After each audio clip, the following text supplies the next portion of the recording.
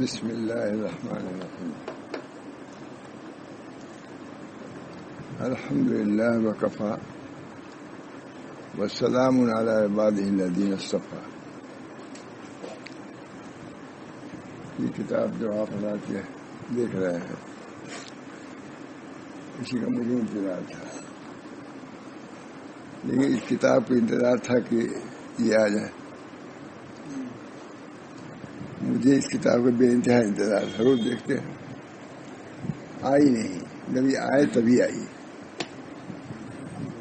ہے نا. اللہ تعالیٰ ان کو جزائے خیر دے.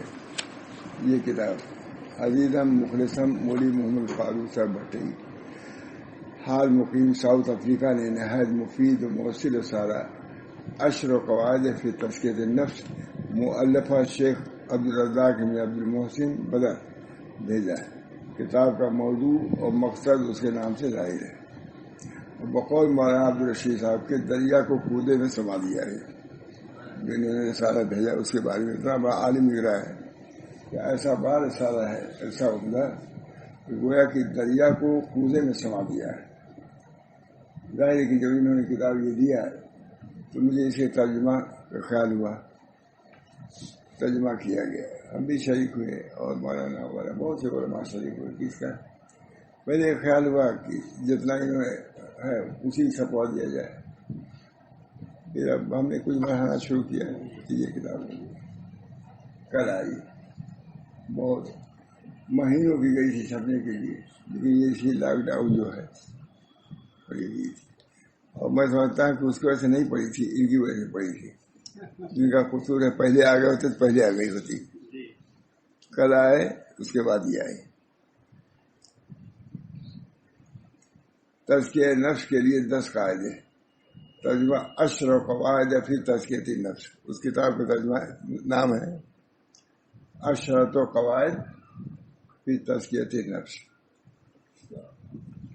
اللہ تعالیٰ اس کتاب کو بھی قبول فرمائے. اور اس کے علاوہ ہم نے سب پڑھا ہے، سب پڑھا کر کے صرف 10 قاعدے ہیں، لیکن اس کے مناسب جو چیزیں تھیں اس کو ہم نے بڑھا دیا ہے. اور نہایت جامع کتاب کی اللہ کا شکر ہے. اللہ ہم سب کو اس سے فائدہ حاصل کرنے کی توفیق نصیب فرمائے. یہ میں کہہ رہا ہوں کہ یہ بھی مولانا درخت گجرات کے ہیں، مولوی فاروق صاحب رہتے ہیں افریقہ میں، اور اردو سے اچھا ہی انگریزی جانتے ہیں کہ اصل زبان تو انگریزی ہے. ہماری کتاب یہ ابھی بیان کروں گا، ابھی ترجمہ کر دیں گے، کوئی دیر نہیں. ساتھ ترجمہ انگریزی میں کرتے ہیں. ساری دنیا میں انہی کا ترجمہ نشر ہو رہا ہے. ادھر میں کرتا ہوں، ادھر نشر کر دیں. وہاں ہمارے ساتھ رہتے ہیں تو وہاں تو عام زبان تو انگریزی ہے ساؤتھ افریقہ میں. اللہ کا شکر ہے کہ یہ ترجمہ کرتے ہیں. بہت پسندیدہ ترجمہ انگریزوں کے نزدیک. تمام امریکہ سب ترجمہ ان کا پسند ہے. اللہ تعالیٰ جزائے خیر دے. یہ کتاب ہے، اس کا نام ہم نے رکھا دستور السالکین لقرب رب العالمین. بہت بات ہانی کی اس کی، بہت سی چیزوں میں جا کر کے. یہ تو بس اتنی ہے، بس اتنی ہے، یہ ہم نے بڑھایا آگے بھی. اللہ تعالیٰ اصل کی طرح ہمیں جو اضافہ کیا اس کو بھی اللہ قبول فرمائے. چاہتا ہوں آخر کا تھوڑا سا یہ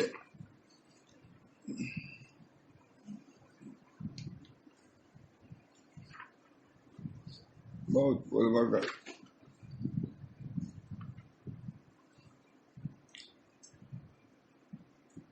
دس قاعدے ہیں جو بنیادی قاعدے ہیں اصلاح و تربیت کے لیے. اب وہی سنا دیتا ہوں. چل 10 قاعدے ہیں جو بنیادی چیزیں ہیں اصلاح و تربیت کے لیے. عرب علماء نے لکھا ہے اس کو، انہوں نے دیا ہے، ہم لوگوں نے ترجمہ کیا ہے، تشریح کیا ہے. مجھے بہت خیال تھا کہ کب آئے گی، مرنے سے پہلے آ جائے. روزانہ ہر وقت یہ خیال. الحمدللہ ان کے آنے کے بعد فوراً یہ دوپہر میں آئے، نہیں شام کو آ گئی کوئی کتاب. 10 قاعدوں میں سے چند قاعدہ بس. القاعدۃ الاولی کیا ہے؟ قاعدہ اولا توحید ہے. اصلاح و تربیت کے لیے سب سے پہلی چیز یہ ہے کہ توحید کو درست کیا جائے. وحد اللہ فإن توحید راس الطاعات. یقیناً توحید مقصد اصلی ہے جس کے لیے اللہ تعالیٰ نے ہم کو پیدا فرمایا ہے. توحید عبد الرحمن، رحمان کی بات کرو. سب سے بنیادی چیز توحید ہے. 10 قواعد میں سب سے پہلے اسی کو لے آ رہے ہیں. یقیناً توحید مقصد اصلی ہے جس کے لیے اللہ تعالیٰ نے ہم کو پیدا فرمایا ہے اور وجود بخشا ہے. اسی لیے کہ اپنے توحید کا اقرار کرائیں. اللہ کو ضرورت نہیں تھی، ہماری سعادت اس میں تھی کہ ہم اللہ تعالیٰ کو مانیں. محمد احمد صاحب بڑی اچھی بات کہتے تھے، لا الہ الا اللہ ایک حقیقت ہے، کوئی مانے یا نہ مانے. بہت عمدہ بیان اس کو بیان کرتے تھے. کسی سے ہم نے اس طرح سے مانا بیان کرتے تھے. لا الہ الا اللہ محمد رسول اللہ ایک حقیقت ہے، کوئی مانے یا نہ مانے. کوئی مانے اس کی سعادت ہے. اس میں دوسرا کلمہ کیا؟ اشہد ان لا الہ الا اللہ. پہلا کلمہ لا الہ الا اللہ، بس محمد رسول اللہ. یہ حقیقت ہے، کوئی مانے نہ مانے. ہماری سعادت یہ ہے کہ اس کی ہم شہادت دیں. یہ دوسرا کلمہ کیا؟ اشہد ان لا الہ الا اللہ. میں شہادت دیتا ہوں کوئی معبود نہیں سوا اللہ کے. تو پہلی چیز حقیقت، دوسری چیز شہادت. یہ مولانا نہیں بیان کرتے، میں نے کسی سے نہیں سنا. محمد مطلب بیان کرتے لا الہ الا اللہ. یہ ایک حقیقت ہے، کوئی نہ مانے. یہ حقیقت اپنی جگہ پر اٹل ہے کہ اللہ ہی ہے اور کوئی نہیں ہے. وہی اول وہ آخر، وہی اول ہے، وہی آخر ہے. وہ اول والآخر ہے کہ نہیں؟ کسی عمدہ پہلے کسی نے نہیں لکھا ہوا ہے. قاعدہ اولا جو مولانا لیا کتاب، بہت ہی عمدہ کتاب. وہی قاعدہ اولا توحید ہے جو تزکیہ نفس کے بارے میں اصل ہے. یقیناً توحید مقصد اصلی ہے جس کے لیے اللہ تعالیٰ نے ہم کو پیدا فرمایا ہے اور وجود بخشا ہے. جیسا کہ اسی وجہ سے توحید کے در پہ سب ہے خراب. دہریت توحید کے مقابلے میں ہے. دہریت توحید کے مقابلے میں دہریت. توحید کے معنی کہ اللہ ایک ہے اور ایک ہے. دو چیزیں اس کے اندر ہے، اللہ ہے اور ایک ہے. شرک کی بھی نفی اور دہریت کی نفی. ہے سے اللہ ہے، دہریت کی نفی، اور ایک ہے شرک کی نفی. بے کو دونوں سے نفی کر دیا ہے. مانا لا الہ میں الا اللہ، لا الہ الا اللہ. ایک ہے دہریت کی نفی اور ایک ہے یہ شرک کی نفی. وہ خدا کو مانتے تھے لیکن شرک کے ساتھ مانتے تھے، لا بے اعتبار. اور یہ دہریہ مانتے ہی نہیں. یہ کمیونزم جو ہے یہ، اس کے رو میں سیلاب میں بہت سے لوگ بہ گئے. جتنے یہ ممالک اسلامیہ کے عموماً بہ گئے، اسی میں بہ گئے.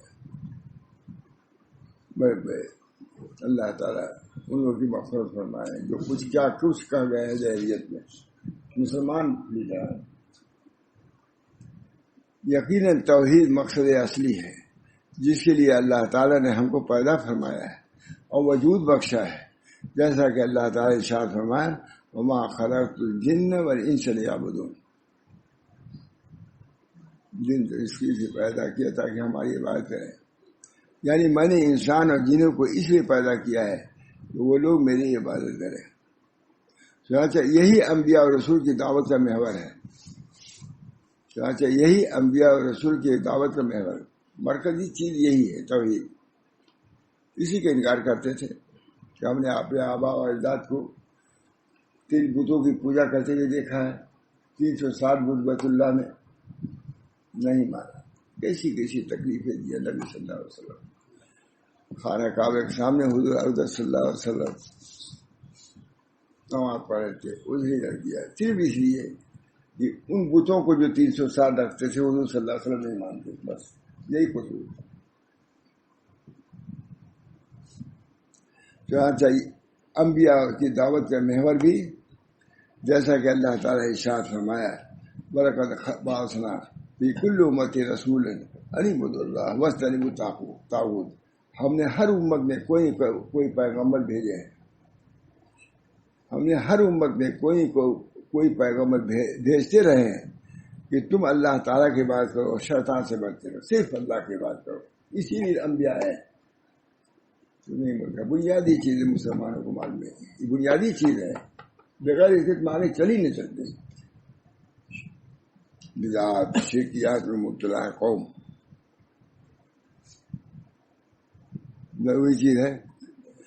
ہمارے علماء نے لکھا ہے لیکن یہ پہلے نہیں لے آئے، وہ کوئی بھی نہیں لے آئے توحید کو، ہے اس لیے مجھے پسند آئی، میں نے ترجمہ کیا، تشریح کیا، پوری محنت کیا اس میں کتاب پر،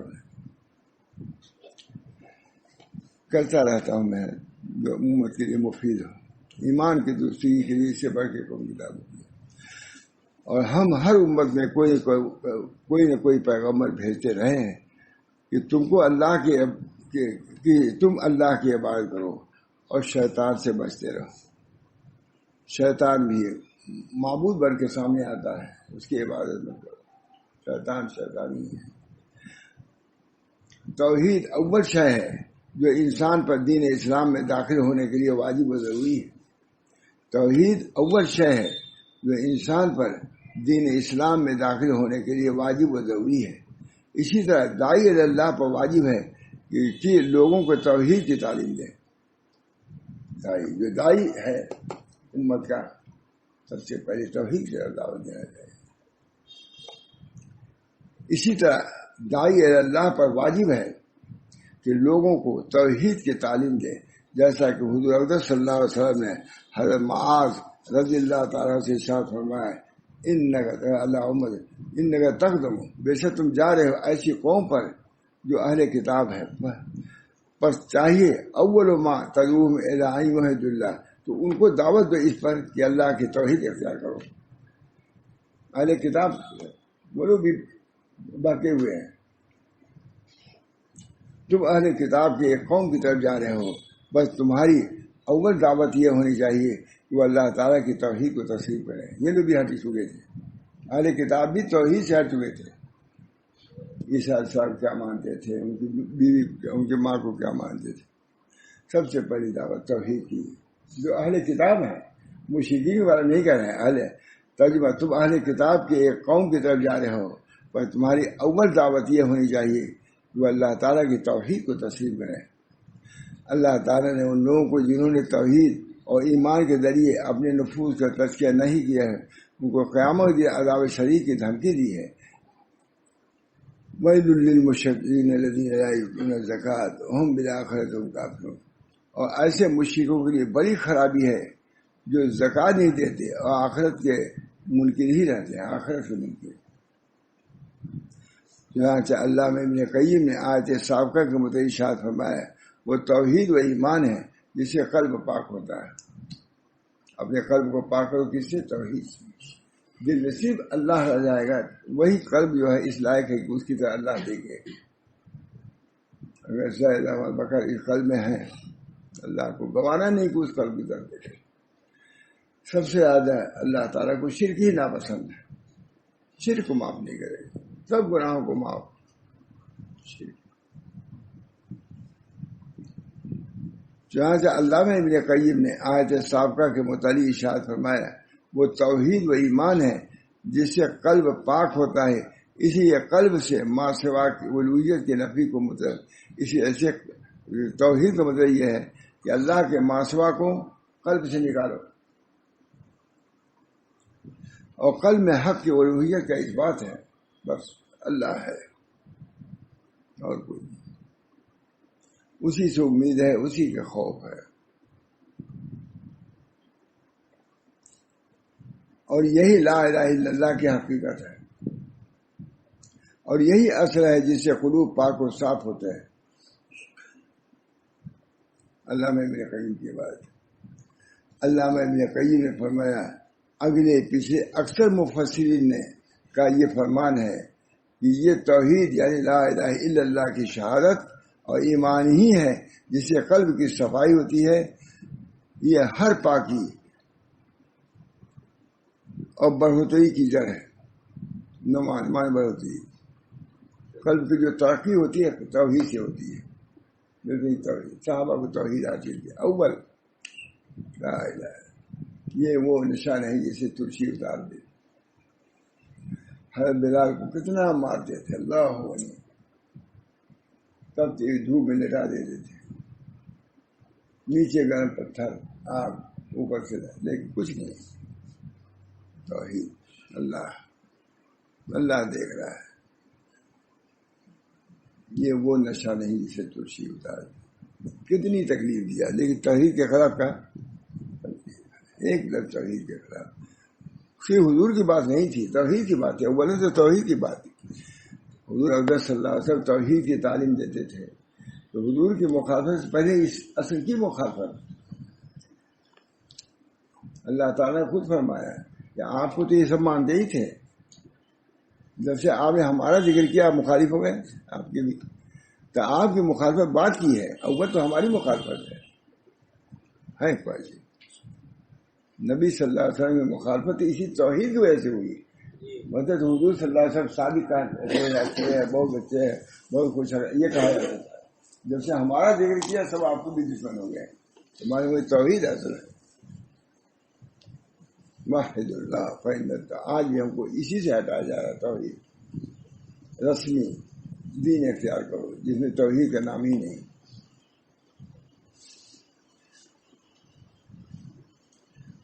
بہت ہے. جیسے توحید نفوس کے پاک کو صاف کرنے کے لیے اثر ہے، ویسی اس کے برعکس شرک نفس کو گندا کرنے میں سخت ترین ہے.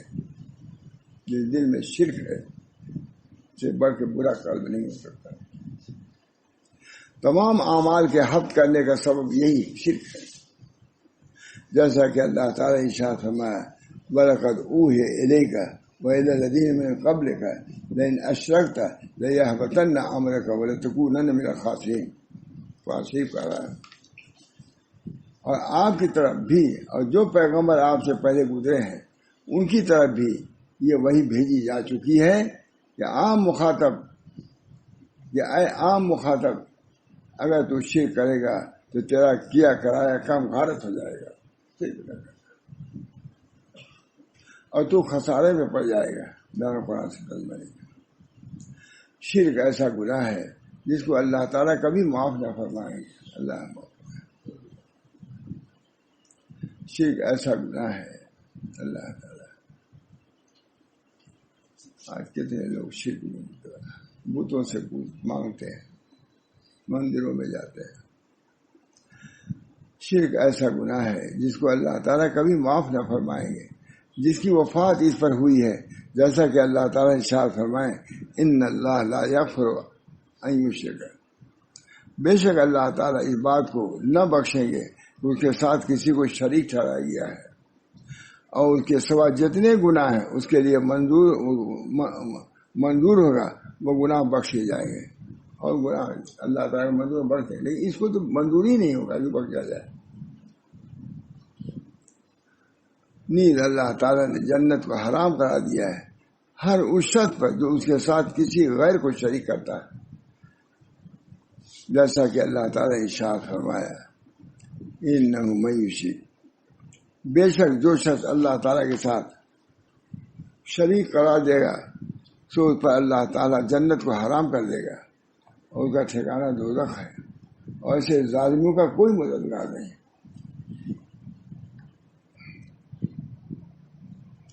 بس جب بندہ توحید کو بخوبی اپنا لیتا ہے تو اس کو نفوس کی کامل پاکی نصیب ہو جاتی. اسی لیے کہ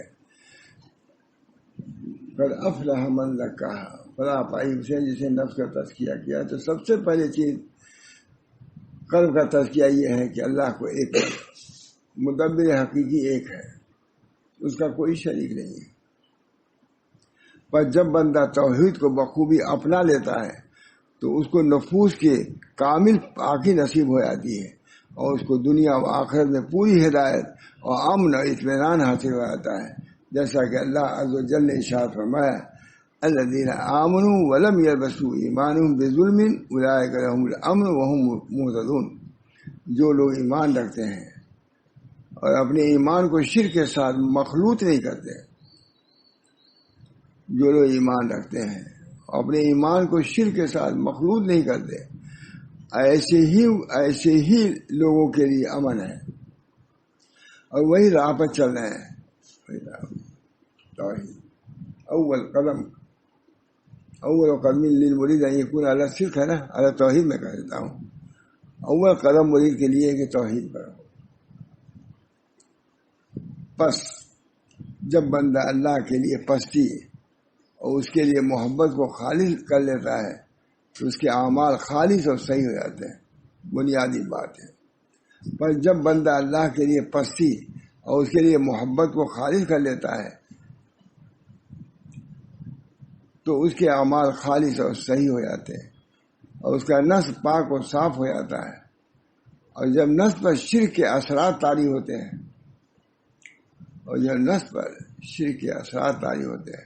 تو اس کے مطابق شرک کی خسرتیں اس کے نفس پر مسلط ہوتی ہیں۔ شرک آئے گا تو شرک کی جو خسرتیں وہ بھی آئیں گی، ایمان آئے گا تو ایمان کی جو خسرتیں وہ آئیں گی۔ ایمان کی درستگی پر منحصر ہے اخلاق کی درستگی، ایمان ہی نہیں تو کیا درستگی ہوگی۔ لکھ رہے ہیں پر خوب سمجھ لو کہ لفظ کا تذکیہ توحید کے ثبوت کے بغیر اور تنہا اللہ تعالیٰ کی عبادت اس کے لیے عمل کے خالص کرنے کے بغیر نہیں ہو سکتا۔ مصنف لکھ رہے ہیں پر خوب سمجھ لو کہ لفظ کا تذکیہ توحید کے ثبوت کے بغیر اور تنہا اللہ تعالیٰ کی عبادت اور اس کے لیے عمل کے خاص کرنے کے بغیر نہیں ہو سکتا، جیسا کہ اللہ تعالیٰ نے ارشاد فرمایا الا للہ الدین الخالص۔ زبردست، الا للہ الدین۔ میرا خیال ہے کہ قاری صاحب تشریح آئی تھی، حضرت نے بیان کیا تھا، یہ اللہ مارگاہ میں بھی ہے، الا للہ الدین الخالص۔ یاد رکھو عبادت جو کہ خالص ہو اللہ ہی کے لیے سزاوار ہے۔ پر نفس کا تزکیہ شرک کے تمام اقسام سے علیحدہ ہوئے بغیر توحید کے، پس نفس کا تزکیہ شرک کی تمام اقسام سے علیحدہ ہوئے اور توحید کے جو بھی خلاف ہو ان سب سے الگ ہوئے بغیر ممکن نہیں ہو سکتا۔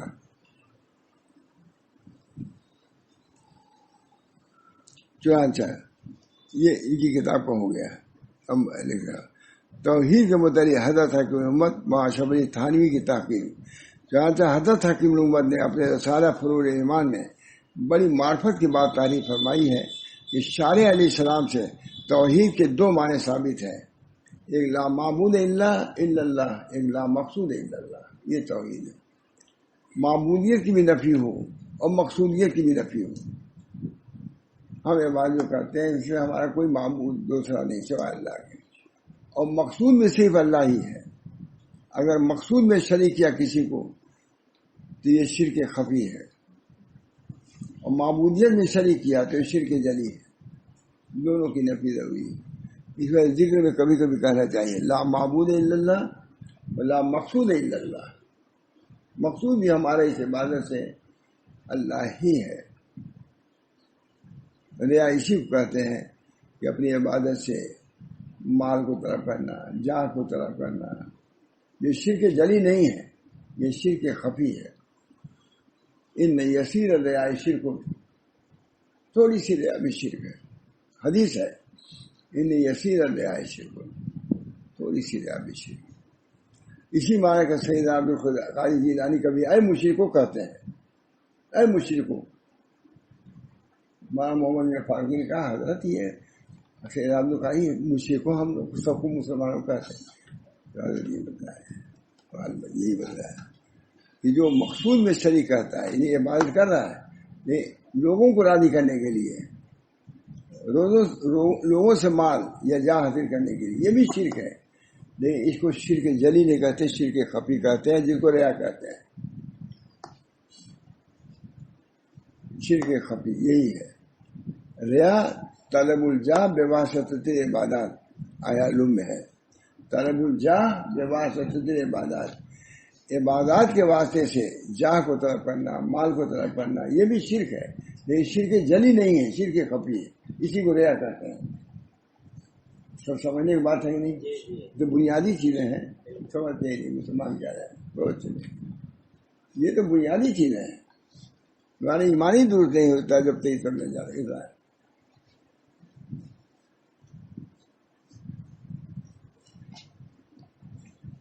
ایک لا معبود الا اللہ، دوسرے لا مقصود الا اللہ۔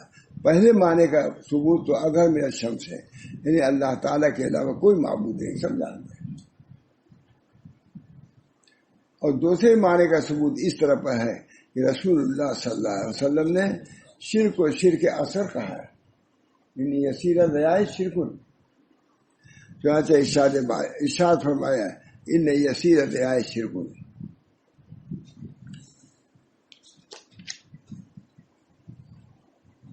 یعنی تھوڑی ریا بھی شرک ہے۔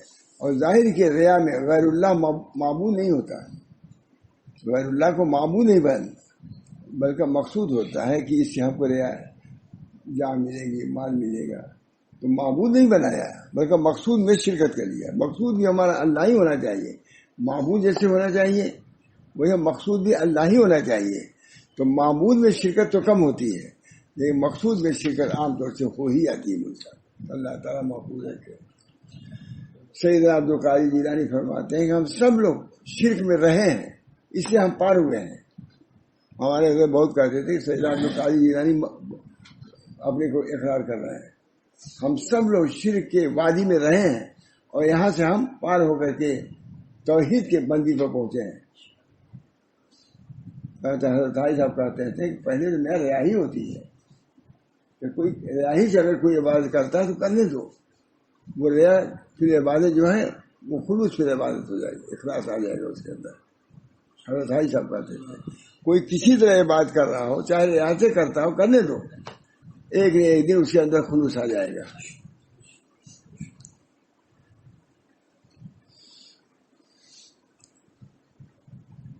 یہی معنی لا مقصود۔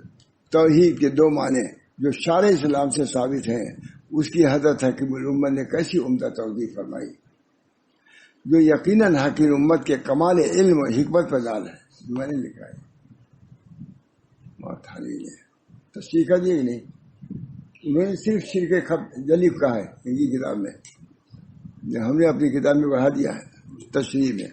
شارع یہی تو کرتا بڑھاتا ہے، جو کمی رہتی ہے وہاں کے لوگوں میں حضرت تھانوی سے بنے بنے۔ توحید کے دو معنی جو شارع سے ثابت ہے، اس کی حضرت حکومت نے کیسی عمدہ توضیح فرمائی، جو یقیناً حکیم امت کے کمال علم و حکمت پر دال ہے۔ اس لیے ہم تمام لوگوں کے لیے لازم ہے کہ جیسے اللہ تعالیٰ کو تنہا معبود مانتے ہیں، ویسے اپنے اعمال صالحہ سے صرف اللہ تعالیٰ کی رضا کو طلب کریں۔ اگر دوسری چیز کو طلب کیا تو تم شرک خفی میں مبتلا ہو جاؤ گے۔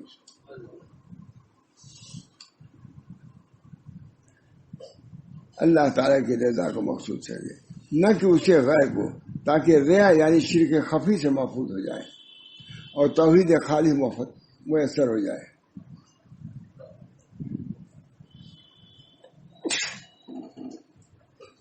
اس کلمے کے مجدد صاحب لکھ رہے ہیں، اس کلمے کے کچھ فضائل سنو۔ حضرت صلی اللہ علیہ وسلم نے ارشاد فرمایا جس نے صرف دل سے لا الہ الا اللہ کہہ لیا وہ جنت میں داخل ہوگا۔ کو نظر لوگ تعجب کرتے ہیں کہ محض لا الہ الا اللہ کہہ لینے سے کس طرح جنت میں داخلہ مؤثر ہوگا۔ در حقیقت وہ لوگ اس کلمے طیبہ کے برکات سے غافل ہیں، واقف نہیں ہیں۔ اس حقیقت کو محسوس ہوتا ہے کہ تمام عالم کو بھی اس کلمے طیبہ کی صرف ایک بار کہنے سے بخش دیں اور بہشت میں داخل کر دیں تو گنجائش ہے۔ بعض کوتا نظر کرتے ہیں ایک مرتبہ لا الہ الا اللہ کرے کیسے داخل ہو جائے۔ مجدد صاحب کہہ رہے ہیں کہ مجھ کو مخصوص ہوتا ہے کہ اگر سارے عالم میں ایک آدمی لا الہ الا اللہ محمد رسول اللہ کہے اور سارے عالم کو اللہ بخش دے تو گنجائش ہے، ایک آدمی کو جائے۔ یہ مجدد صاحب کی معرفت ہے، ماشاء رسول اللہ صاحب بہت کہتے ہیں یہ مجدد صاحب کی معرفت ہے کلمہ طیبہ کی، ہم کو نہیں معرفت ہے۔ ارے 100 مرتبہ تو پڑھ لیا کرو لا الہ الا اللہ۔ اس وجہ سے اس کلمے کو ضرور بتلاتے ہیں علماء، لا الہ الا اللہ، کل بھی لا الہ الا اللہ، کوئی معبود نہیں خود نبی اکرم صلی اللہ علیہ وسلم نے فرمایا جددوا ایمانکم بکلمۃ لا الہ الا اللہ، لا الہ الا اللہ کے کلمے سے اپنے ایمان کی تجدید کیا کرو۔ اس فقیر کو مجدد صاحب لکھ رہے ہیں، اس فقیر مجدد مرا 1000 سال بعد جو مجدد ہوا اس کو مجدد الف ثانی کہتے ہیں۔ اس فقیر کو یہ اجین کے کلمے وہیں سے لکھا، اجین کے جو قید خانہ اسی سے لکھا، یہ جہانگیر نے قید کر دیا تھا۔ اس فقیر کو محسوس ہوتا ہے کہ اگر تمام عالم کو بھی اس کلمہ طیبہ کے صرف ایک بار کہنے سے بخش دیں اور بہشت میں داخل کر دیں تو گنجائش ہے۔ فقیر کو یہ بھی ظاہر ہوتا ہے اس کلمہ مقدسہ کے برکات اگر تمام عالم میں تقسیم کر دیں تو ہمیشہ ہمیشہ کے لیے سب کو کافی ہو جائے، تب کی مفرت ہو جائے۔ ایسا کرما ہے یہ جس کی ہم کو قدر نہیں، 10 مرتبہ بھی نہیں پڑھتے لا الہ الا اللہ۔ ہمیشہ ہمیشہ کے لیے سب کو کافی ہے اور سب کو سیراب کر دے، یہ کلمہ ایسا ہے۔ پھر جبکہ اس کے ساتھ اس کا دوسرا محمد رسول اللہ بھی جمع ہو جائے تو اس وقت کے برکات کا کیا ٹھکانا ہے۔ پھر لا الہ الا اللہ کے ادا ہے، اگر محمد رسول اللہ جب ملا ہوئے تو کیا کچھ حاصل ہوگا۔ لکھا ہوا ہے، مجدد لکھ رہا ہے الف ثانی، 1000 سال کے بعد ایسا مجدد پیدا ہوتے ہیں۔ اللہ تعالیٰ نے ہندوستان میں ویسا مجدد پیدا کیا، یہ تو بڑی بات ہے، خوش نصیبی ہم لوگوں کی۔ پہلے بھی نبی جو عزم نبی آتا تھا تو 1000 سال کے بعد، نوح علیہ السلام آئے، اس کے بعد حضور صلی اللہ علیہ وسلم، ابراہیم علیہ السلام، اس طرح 1000 سال کے بعد آئے۔ اس لیے حضور صلی اللہ علیہ وسلم بعد مجدد الف ثانی آیا، کون؟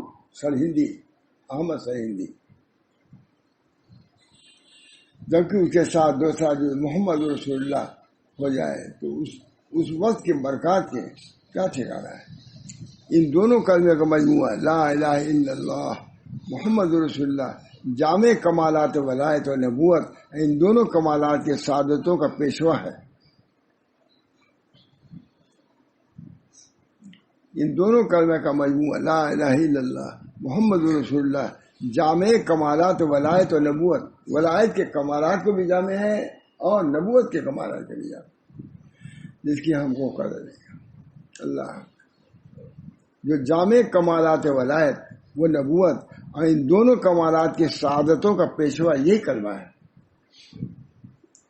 اے اللہ، مجھے جی سب دعا کر رہے ہیں، اے اللہ ہمیں اس کلمہ طیبہ کے برکات سے محروم نہ رکھنا۔ اے اللہ ہمیں اس کلمہ طیبہ کے برکات سے محروم نہ رکھنا، ہمیں اس بات پر ثابت قدم رکھنا اور اس کی تصدیقی پر موت دینا، اور تصدیق کرنے والوں کے ساتھ ہمیں اٹھانا۔ یہ بھی ہے، جو لوگ تصدیق کرتے ہیں انہی کے ساتھ ہم کو محسوس کرنا اٹھانا۔ مجدد صاحب فرمائے تنہائی میں اس کلمے کی اور اس کلمے کے مبلغین علیہ الصلوۃ والسلام کی عزت و حرمت کے فیض ہم کو جنت میں داخل کر دینا ہے۔ جو یہ کلمے والے ہیں ان کلمے کے والوں کی طفیل میں ہم کو جنت میں داخل کر دینا ہے۔ اس کلمہ مقدسہ کے عظمت کا ظہور پڑھنے والوں کے درجات کے اعتبار سے ہوتا ہے۔ جس طرح پڑھنے والے کا درجہ ہوگا اس کلمے کی عظمت کا ظہور بھی زیادہ ہوگا۔ یزید و وجہ اثر اذا ماضی، تو جس طرح تو اس کے چہرے پر نظر دوڑائے گا اسی قدر اس کا چہرہ تیری نظر میں اپنا حسن زیادہ کرے گا۔ جس کا کلمہ جس درجے کا ہے اسی اعتبار سے اس کے چہرے پر اس کا نور ہوگا۔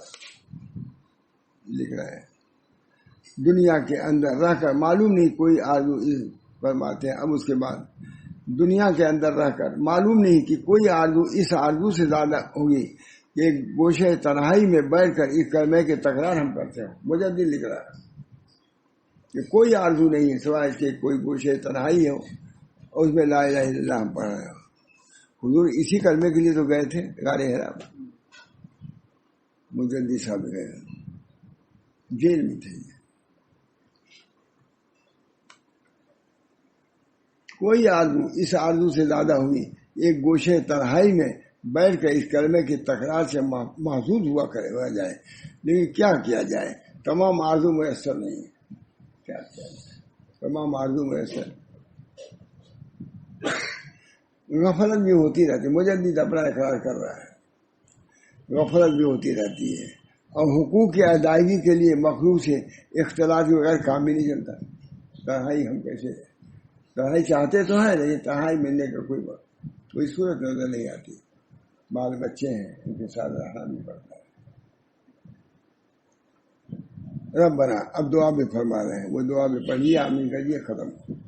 ربنا اتمم لنا نورنا، اللہ تعالیٰ ہمارے نور کو مکمل کیجیے، کلمہ طیبہ کا جو نور ہے اس کو مکمل فرمائیے۔ واغفر لنا، اور ہمارے اس کلمے کی برکت سے ہماری مغفرت فرما دیجیے۔ انک علی کل شیء قدیر، ہر چیز پر آپ قادر ہیں۔ سبحان ربک رب العزۃ عما یصفون والسلام علی المرسلین والحمد للہ رب العالمین۔ اللہ تعالیٰ پہلا ختم ہو گیا، اب دوسرا ہے 10 ہے۔